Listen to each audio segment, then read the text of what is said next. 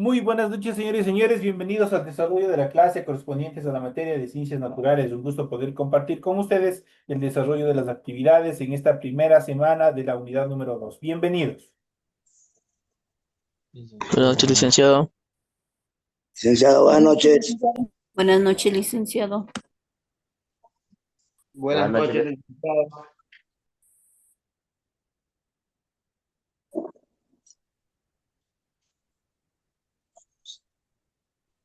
Buenas noches, licenciado.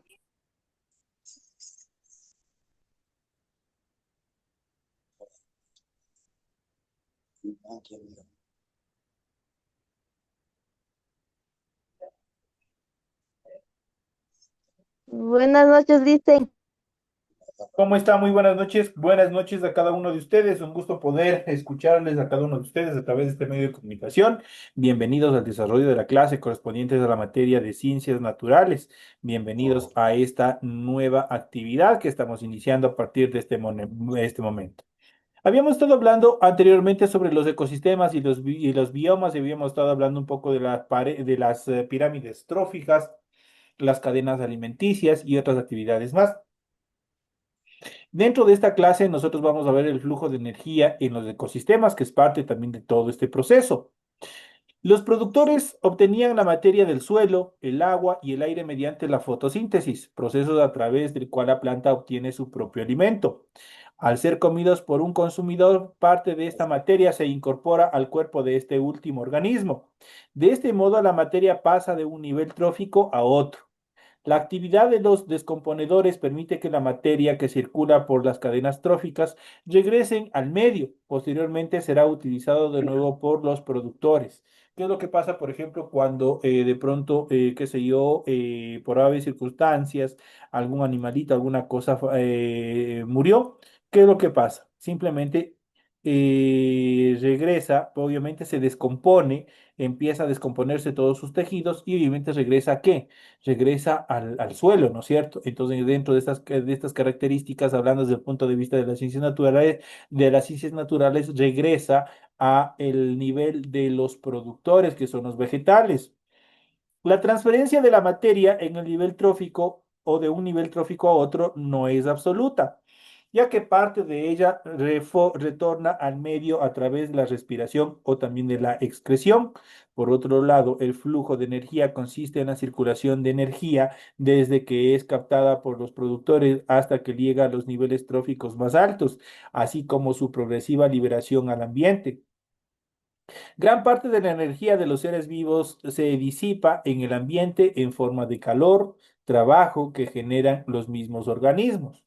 El sol es la fuente de energía de la que dependen todos los seres vivos del planeta. Esta energía es captada por los pigmentos de los seres fotosintéticos, sobre todo de los vegetales, que la absorben y la transforman en energía química. Del mismo modo que ocurre en el ciclo de la materia, en cada eslabón se produce una transferencia de energía de un ser vivo a otro. Cada ser vivo realiza utiliza esta energía y en parte la disipa durante los procesos en que la consume, como el movimiento o la producción de calor. La energía no sigue un proceso cíclico, ya que no puede ser recuperada e incorporada de nuevo al ecosistema. En este caso hablamos de un flujo de energía. La energía no se recupera. Aquí nosotros podemos ver dentro de este esquema, podemos ver el flujo de energía de un ecosistema, cómo se va determinando, cómo se lo va desarrollando a través de la energía lumínica, esto es del sol, los productores, los consumidores, la energía saliente a través del calor y otras características más que van dando dentro de este esquema. La energía entra en en la biosfera en forma de energía lumínica. Tan solo el 1% de esta energía solar que llega a la superficie terrestre es aprovechada por los productores. La energía se incorpora a la red alimentaria en forma de energía química y sale del ecosistema en forma de energía calorífica. Aquí nosotros podemos ver justamente un esquema en cuanto a la transferencia de materia y energía en los ecosistemas. Tenemos aquí un conejito. El conejito obviamente toma varios procesos para obviamente desarrollarse, ¿no es cierto? Vamos a ver el intercambio de energía que hace la luz lumínica con los productores, en este caso con los vegetales. Los vegetales obviamente son que están en el primer eslabón de nuestra pared trófica, pues ellos son los productores, son quienes obviamente seres con características autótrofas, eso quiere decir que sintetizan sus propios alimentos y de esta manera obviamente desarrollan, crecen y a su vez estos serán consumidos, en este caso por los consumidores en nivel primario. En nivel primario, por ejemplo, están en este caso de estos seres herbívoros que obviamente consumen hierba, consumen a los productores que están en el primer nivel, pero este a su vez, si no es consumido, si no es devorado por otra ave, por otro ser más grande, obviamente en cualquier momento morirá. En el momento de morir, ¿intervienen qué?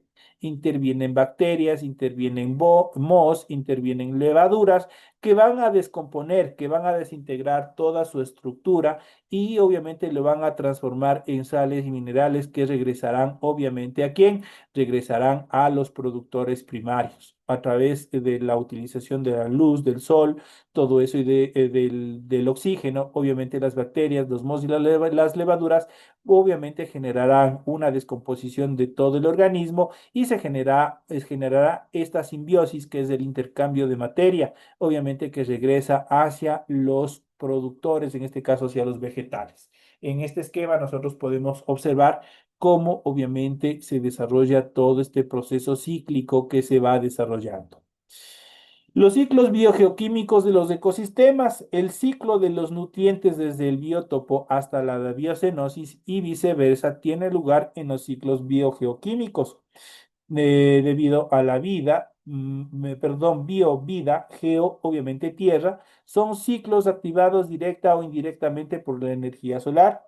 Incluyen los elementos tales como el carbono, el oxígeno, nitrógeno y el fósforo. Para estudiar estos ciclos es importante conocer las características de las capas en las que se llevan a cabo estos procesos. Y estas son, por ejemplo, la hidrosfera, la atmósfera y la geósfera. Cuando hablamos de la hidrosfera es la parte agua que tiene nuestro planeta. Es un sistema material constituido por el agua. El agua abunda en la superficie de la Tierra, recubre parcialmente la corteza y está en permanente relación con está en permanente relación con la geósfera, la atmósfera y también los seres vivos. Se trata de una sustancia abundante en la superficie de nuestro planeta, es muy importante para los seres vivos y tiene un papel destacado en la transformación de minerales y rocas, en el clima y en el modelado del relieve terrestre. El agua está formado por dos átomos de hidrógeno y uno de oxígeno. De ahí su fórmula y su nombre que nosotros siempre igual hemos estado, incluso hasta de una forma jocosa, estamos siempre utilizando su fórmula, que es H2O. H2, obviamente que son dos átomos de hidrógeno y obviamente O, porque tiene solo un átomo de oxígeno. Ahí, obviamente, la explicación por qué el H2O.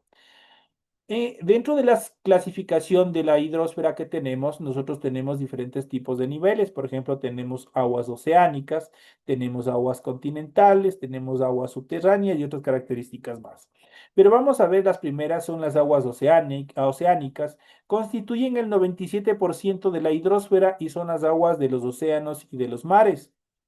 En cuanto a las aguas continentales, representan apenas el 3% de la hidrosfera, son las aguas que se localizan en los continentes, se distribuyen a su vez en la siguiente subclasificación, que son aguas superficiales constituidas por ríos, torrentes, lagos, aguas subterráneas, se acumulan en los acuíferos, circulan por el subsuelo, aguas continentales sólidas, comprenden los glaciares y los casquetes que se encuentran en los nevados, pertenecen a este nivel obviamente estas características. Esto en cuanto a la hidrosfera, todo lo que está constituido por el agua.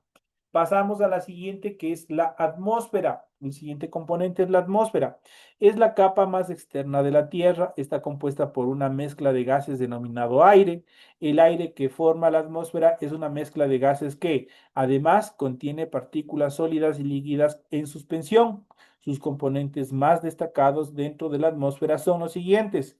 Primero, el nitrógeno, que constituye el 78% del volumen del aire. El oxígeno representa el 21% del aire. La mayoría de los seres vivos lo necesitan para respirar. Entonces, ya saben, en este caso la atmósfera contiene dos componentes destacados. El nitrógeno, que es el más abundante, con el 78%, y el oxígeno con el apenas 21%. El dióxido de carbono, su fórmula química es SO, representa el 0,03% el volumen del aire y participa en procesos muy importantes. Las plantas lo necesitan para realizar la fotosíntesis y es el residuo de la respiración y de la reacción de los combustibles. Este gas retiene el calor de los rayos solares y contribuye a mantener la temperatura atmosférica dentro de unos valores que permita el desarrollo de la vida. Y en nuestro protector solar natural, vamos a hablar en el siguiente de nuestra capa de ozono. Es un gas minoritario que se encuentra en la estratosfera. Es de gran importancia para la vida en nuestro planeta, puesto que absorbe la mayor parte de los rayos ultravioletas procedentes del Sol. Pero como nosotros nos hemos dedicado a quemar, a destruir la vegetación, a desarrollar industria que genere smog, que contaminen, obviamente esta capa de ozono se ha ido periódicamente deteriorando. Y hoy obviamente es muy peligroso, por ejemplo, estar mucho tiempo a exposición a rayos ultravioletas procedentes del sol, pues esta capa de ozono se encuentra totalmente en mal estado. En determinadas etapas del año, obviamente tiende a recuperar su forma, pero obviamente los grandes efectos, tanto el invierno, sobre todo el efecto invernadero artificial, son los que contribuyen a la erosión, a la destrucción de esta capa y obviamente las afecciones que dan en función de los daños, los rayos y sus daños, obviamente al ingresar de forma directa hacia nuestro planeta. Dentro de estas características podemos mencionar los efectos dañinos, los efectos negativos de la contaminación atmosférica. Al expulsar los contaminantes de la atmósfera, estos se concentran inicialmente en la zona donde se ha producido la emisión, eso quiere decir donde se ha originado la contaminación. Sin embargo, los vientos suelen dispersar la contaminación de manera que las sustancias emitan en un lugar son distribuidas hacia regiones vecinas y después por todo el planeta. Las problemáticas principales derivan de la contaminación o derivadas de la contaminación atmosférica que podemos mencionar son las siguientes. Por ejemplo, el calentamiento global. ¿Qué es el calentamiento global? Y que obviamente hoy en día es uno de los temas fundamentales a nivel global para todos los países, obviamente, que están involucrados en este tema. El dióxido de carbono y otros gases presentes en la atmósfera producen de manera natural el efecto invernadero. Este consiste en la retención por parte de la atmósfera de la radiación solar reflejada por la superficie terrestre. Las grandes cantidades de estos gases que el ser humano emite a la atmósfera hacen que el efecto invernadero natural aumente, sea desproporcional. Esto contribuye a que la temperatura global de la atmósfera se eleve lentamente. Este calentamiento global podría llevar a la fusión del hielo polar, que provocaría el aumento del nivel de los mares y la inundación de amplias zonas de los litorales. A su vez, el ascenso de la temperatura cambiaría la distribución de los climas y los ecosistemas del planeta. Obviamente, nosotros ya hemos podido en la actualidad percibir los cambios drásticos que se dan en función de la temperatura en nuestro planeta. Por ejemplo, aquí en nuestro Ecuador, nosotros teníamos arraigado lo que era, por ejemplo, antes, lo que era arraigado el invierno y el verano.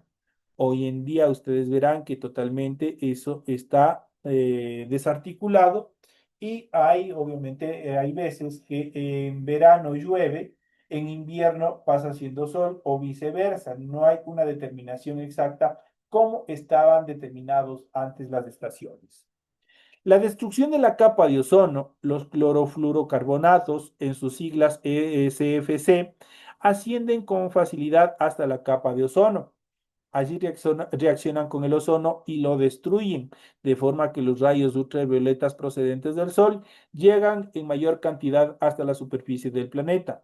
Esto puede causar graves trastornos a la salud de los seres vivos, sobre todo cáncer de piel cuando se encuentran expuestos por largo tiempo a los rayos ultravioletas procedentes del sol. Entonces, eso es parte también que nosotros tenemos que tener mucho cuidado en el tratamiento justamente de este tema en relación al calentamiento global y los rayos ultravioletas. En cuanto a la geósfera está constituido por minerales que se agrupan formando rocas. Los minerales y rocas se disponen en tres capas concéntricas que son corteza, manto y núcleo. Prácticamente es cómo está constituido nuestro globo terráqueo. Cuando hablamos de la corteza, es la capa sólida más superficial de la Tierra. Está formada por rocas que contienen oxígeno, silicio, aluminio y hierro. Es donde nosotros realizamos todas nuestras actividades en estos momentos. Mientras que el manto es la capa intermedia, está constituido básicamente por oxígeno, magnesio, silicio y hierro. Se dividen a su vez en manto superior y en manto inferior. Y por último tenemos el núcleo, está situado en la parte más interna de la Tierra. Las rocas que lo constituyen están formadas por hierro y níquel. Estos materiales le dan una elevada densidad y hacen que el núcleo sea el responsable del campo magnético que contiene nuestro planeta y que es lo que nos mantiene sujetos a la superficie de la Tierra. Si no existiera este campo magnético, sucedería lo que pasa con los astronautas cuando van a la Luna. Si dan un salto, prácticamente se van hacia el infinito, se van hacia el espacio. Acá en la Tierra no. Y obviamente eso lo determinó, por ejemplo, Isaac Newton cuando expuso la teoría de la relatividad.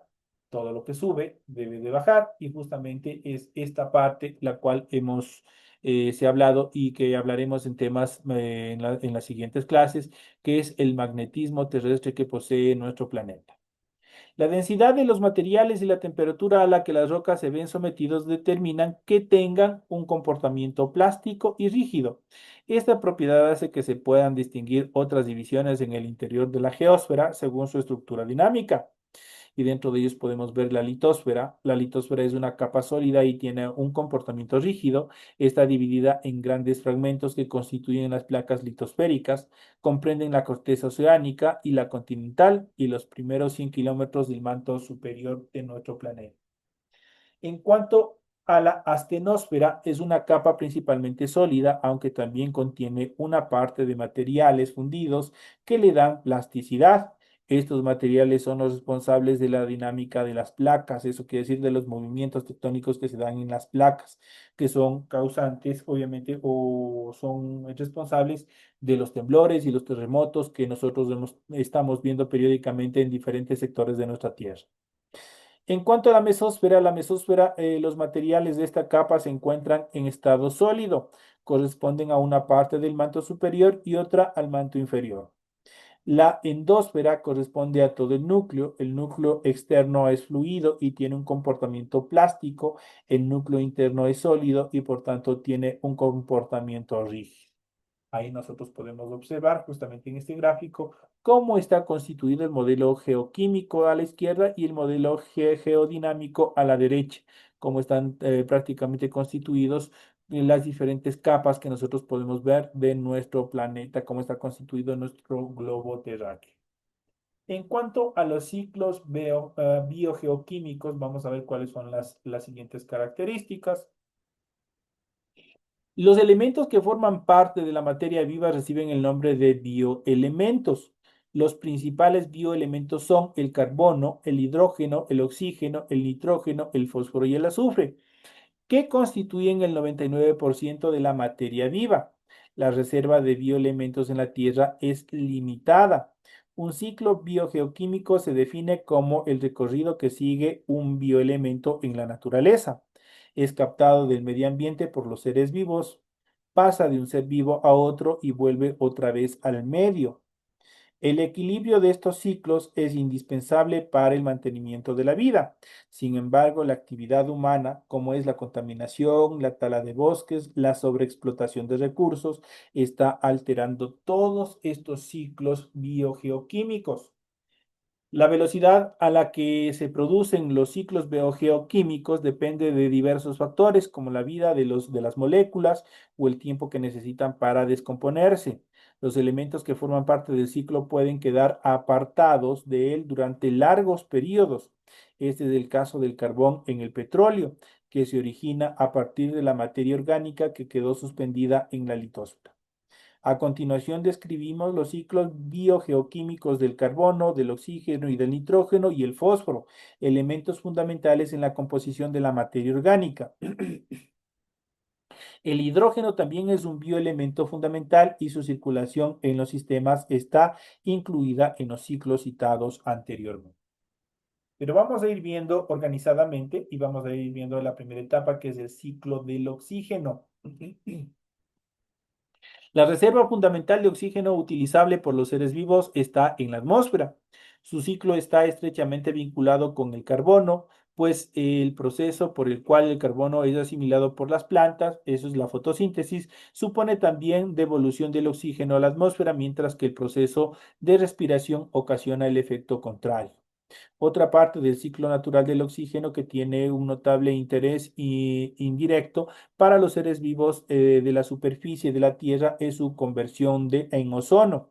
Las moléculas del ozono activas en la radiación de onda corta se rompen en átomos libres de oxígeno que reaccionan con otras moléculas de ozono y forman obviamente esta estructura. Esta reacción es reversible, de forma que el ozono, al absorber radiación ultravioleta, vuelve a convertirse en ozono. Obviamente, el ciclo del oxígeno es la cadena de reacciones y procesos que describen la circulación del oxígeno en la biosfera de nuestro planeta. Y aquí en este gráfico justamente nosotros podemos ver el ciclo del oxígeno, cómo se va desarrollando, cómo obviamente va dándose una circunferencia o una interacción cíclica en el desarrollo de todo este proceso. En cuanto al ciclo del carbono, el carbono se intercambia entre la biosfera, geósfera e hidrosfera y la atmósfera. Junto con el nitrógeno y el agua, el ciclo del carbono comprende una secuencia de eventos que es clave para hacer a la Tierra capaz de sostener la vida. Describe el movimiento del carbono al ser reciclado y reusado por la biosfera, incluidos los sumideros del carbono. Este componente se incorpora a los organismos fotosintéticos que captan el CO de la atmósfera y lo transforman en azúcares.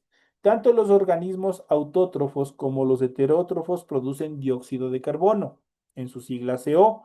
Por parte de los diversos organismos descomponedores actúan sobre la materia orgánica de los organismos que mueren y también descomponen también el CO2 que es el dióxido de carbono. Aquí nosotros a continuación podemos justamente ver en este gráfico cómo se da todo este ciclo del carbón, tanto con plantas, con animales, como obviamente van estructurándose de tal manera que van descomponiéndose y obviamente van generando este ciclo. En cuanto al ciclo del nitrógeno, el nitrógeno se encuentra principalmente en forma de gas, es un elemento imprescindible como componente de las proteínas y de los ácidos nucleicos. Sin embargo, únicamente las bacterias fijadoras de nitrógeno pueden utilizarlo. Dichas bacterias captan nitrógeno del aire y lo transforman en amoníaco. Este proceso recibe el nombre de fijación del nitrógeno. A continuación, las bacterias nitrificantes convierten el amoníaco en nitrito y este en nitrato. Esta segunda fase del proceso se denomina nitrificación. Los nitratos son absorbidos por las raíces de las plantas, que satisfacen de este modo su demanda de nitrógeno. Así el nitrógeno entra en las redes alimentarias de todos los ecosistemas y es utilizado por todos los seres vivos. Esas son las características principales en cuanto a estos componentes. El ciclo del fósforo. El fósforo forma parte de las rocas sedimentarias, es un componente importante en los ácidos nucleicos y de la adenosis trifosfato en sus siglas ATP. para que se incorporen a las plantas y sea utilizado por el resto de los seres vivos, es necesario que se solubilice y dé lugar a un ion de fosfato. En los ecosistemas, una parte del fósforo se encuentra en las conchas y en los esqueletos de los seres vivos. Cuando los organismos mueren, el ion fosfato se libera y se incorporan al suelo. En los ecosistemas marinos, el fósforo se acumula en los sedimentos del fondo oceánico, que constituye su mayor depósito. Por tanto, allí queda fuera del alcance de los seres vivos, excepto en zonas de afloramiento del fósforo. Esas son las características fundamentales en función de los ciclos del fósforo, de los ciclos del nitrógeno, de los ciclos del carbono, obviamente de los ciclos del oxígeno que nosotros hemos ido viendo en el desarrollo de la presente clase. Son todos los componentes y los temas que nosotros hemos ido tratando y hemos ido revisando en el desarrollo de la presente clase, que es importante también conocer cuáles son las etapas, las características en cuanto a las estructuras de nuestro planeta, cómo están constituidos, cuál obviamente son el flujo de energía que también se dan en los ecosistemas. ¿Cuál es el flujo de energía? Cuando dentro de la pirámide trófica, obviamente un elemento es devorado por otro y en forma cíclica, en forma de cadena, y eso obviamente va a generar un flujo de energía desde los productores hasta los consumidores del primer nivel, de los consumidores del primer nivel a los de segundo, a los de tercero, hasta llegar a los descomponedores, que son microorganismos, son bacterias, hongos y mohos que provocarán su descomposición total de todos y cada uno de los componentes, obviamente, que tienen, de las estructuras que tienen los cuerpos, obviamente, dentro de este proceso. Es importante ir conociendo cada una de estas características. Obviamente que es importante seguirlos viendo y seguir analizando cada uno de ellos. Esos son los temas que nosotros hemos ido viendo, que hemos ido analizando dentro de esta estructura, dentro de este tema importante que nosotros hemos ido viendo en el desarrollo de la presente clase. Señores y señores, de esta manera llegamos ya a la parte final del desarrollo de la presente clase. Ha sido un gusto haber compartido con ustedes esta última clase de la primera semana de la unidad número 2. Señores y señores, espero que todo les esté yendo súper bien. Espero que ustedes estén presentando todas las tareas. Les recuerdo que ya estamos a finales para que ustedes puedan presentar sus tareas de la primera unidad y obviamente recibir la calificación respectiva. Así es que por favor sigan cumpliendo, sigan desarrollando las actividades pertinentes para seguirles ya en este proceso de calificación y ustedes puedan observar las notas que ustedes han alcanzado en cada una de sus tareas. Señoras y señores, un fuerte abrazo, una feliz noche y nos estaremos viendo hasta la próxima clase. Gracias, licenciado. Gracias, gracias. Gracias, Licen. Licenciado, gracias, buenas noches.